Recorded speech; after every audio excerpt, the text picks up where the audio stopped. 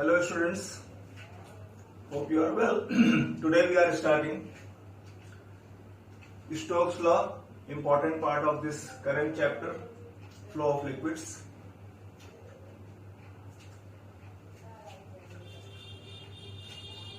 Let us suppose a body like a ball is falling in a liquid. Layer in contact of liquid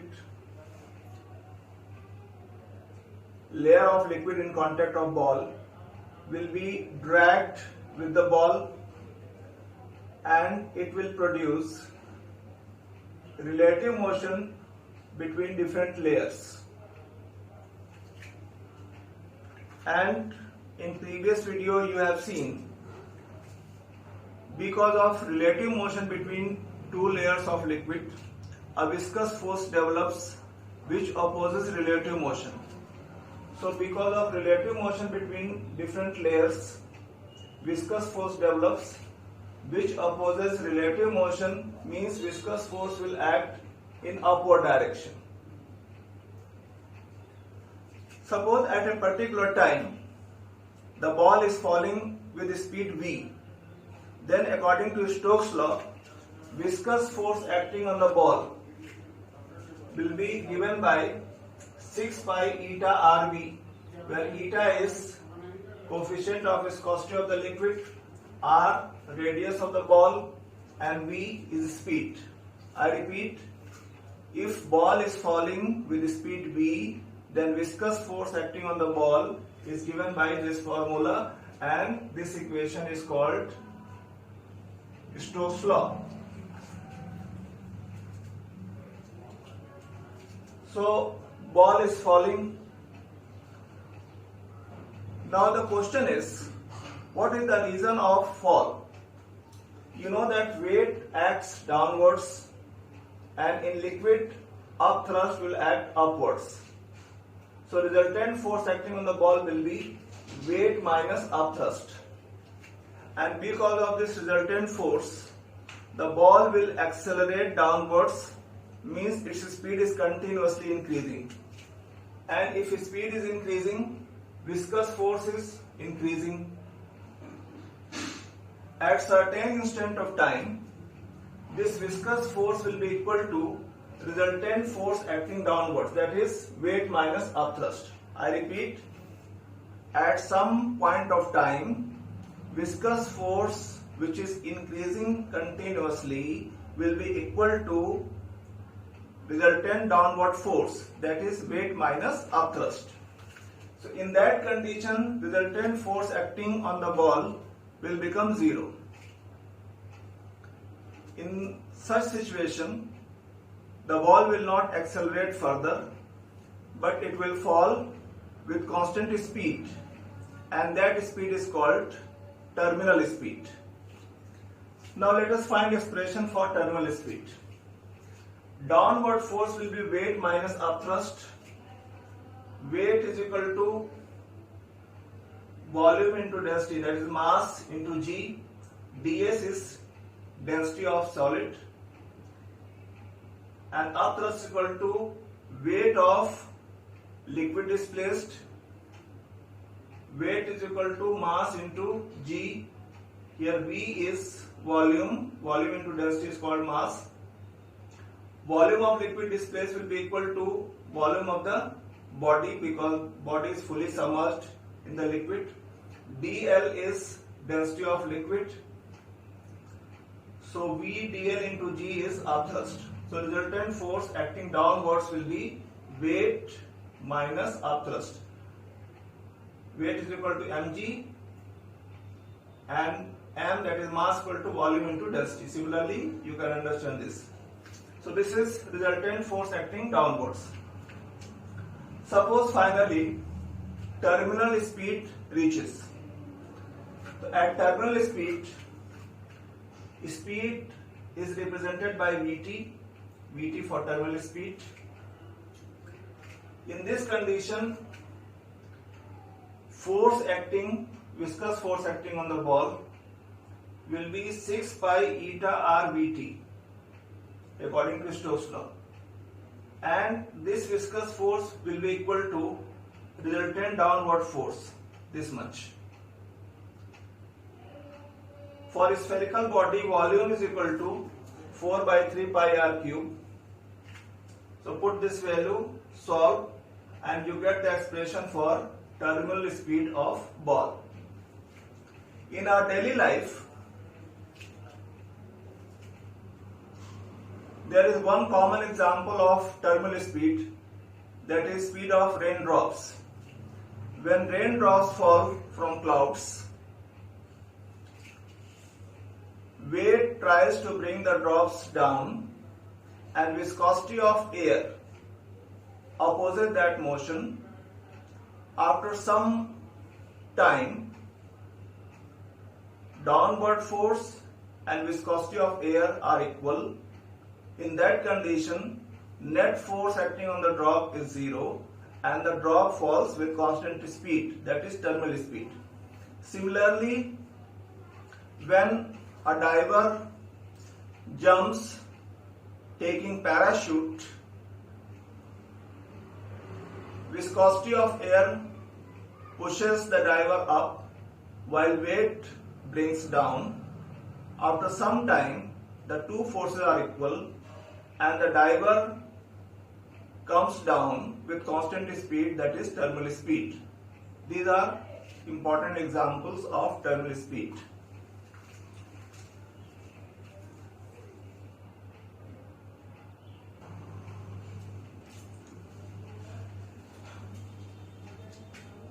Students, new topic is Poiseuille's formula.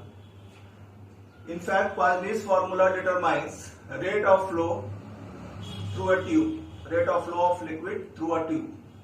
Rate of flow means volume flowing per second. By practice, by experiments, we come to know that rate of flow depends on three factors. Pressure difference per unit length. You might be knowing that for flow of liquids, pressure is required. Suppose pressure P is applied on this tube and length is L. So pressure difference per unit length will be P by L. So it depends on pressure difference per unit length. Second factor, it depends on radius of the tube. And the third factor is viscosity. You have studied in dimensions that if a quantity depends on several quantities, maximum 3, then you can establish relation for that quantity with the help of dimensions.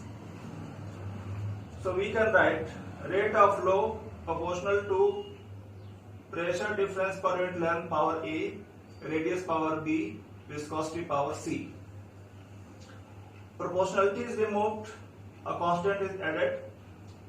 You already know that this K is dimensionless constant, means when you are solving this equation for dimensions, you will not write any dimension for K. K is dimensionless constant. Now write dimension of both the sides. Dimension chapter has been taught already, so you are knowing dimensions of these quantities. So write dimensions of both the sides. Collect dimensions. For mass, it becomes A plus C, here A, here C. So mass power A plus C, similarly L power minus A,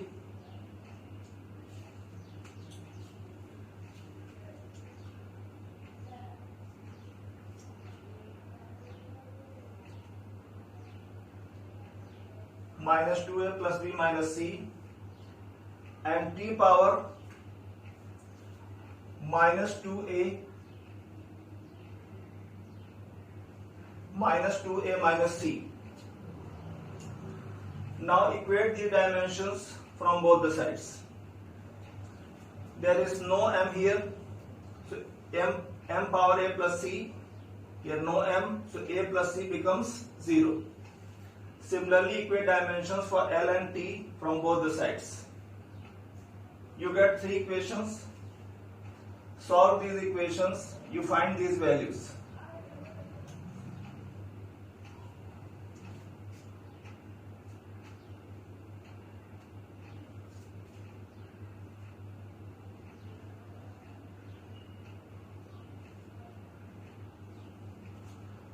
you find these values.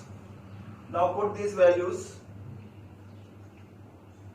in equation number 1. Finally you get this equation, and by experiments value of k comes out to be pi by 8, or in higher classes you will find this value k by derivation also. K is equal to pi by 8. So Q is pi PR power 4 A theta L. This equation is called Poiseuille's equation, and it determines rate of flow of liquid through a tube.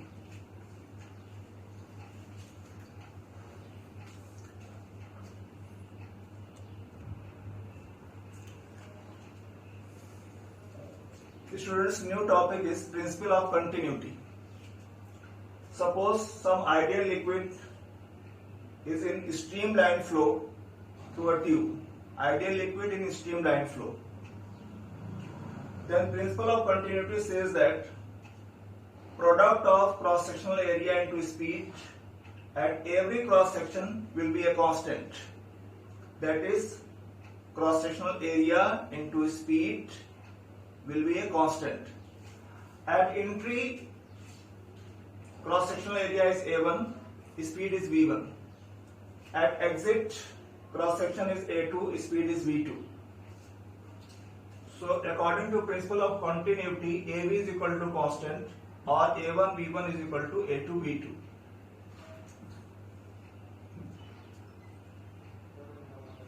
Volume of liquid entering, here speed is V1. Listen to me carefully, try to understand. Speed is V1.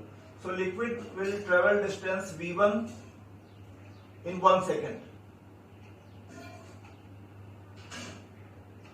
And cross section is A1.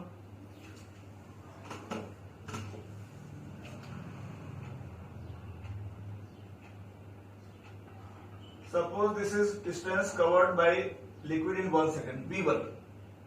Cross section is A1. So this is volume entering per second. And this volume very obviously A1 into V1, base into length. So volume entering per second A1 into V1. If density of liquid is rho, then mass entering per second A1 V1 into rho.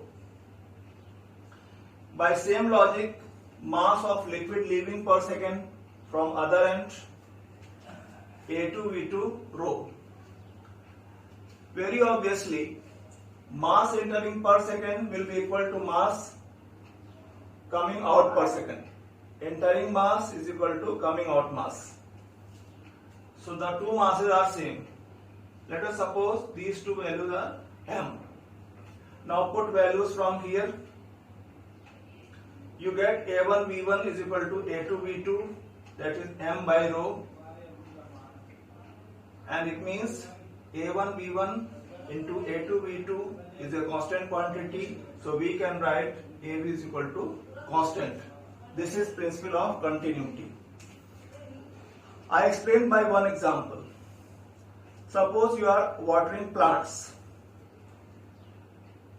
with the help of a tube, and when mouth of the tube is pressed, you might have seen speed increases, speed of liquid or water increases. The reason is very simple. When you are pressing the mouth of the tube, you are decreasing cross-sectional area, and product of cross-sectional area into speed is a constant. So if one quantity decreases, other quantity should increase. So speed of water coming out increases. Similarly, some more examples can be understood.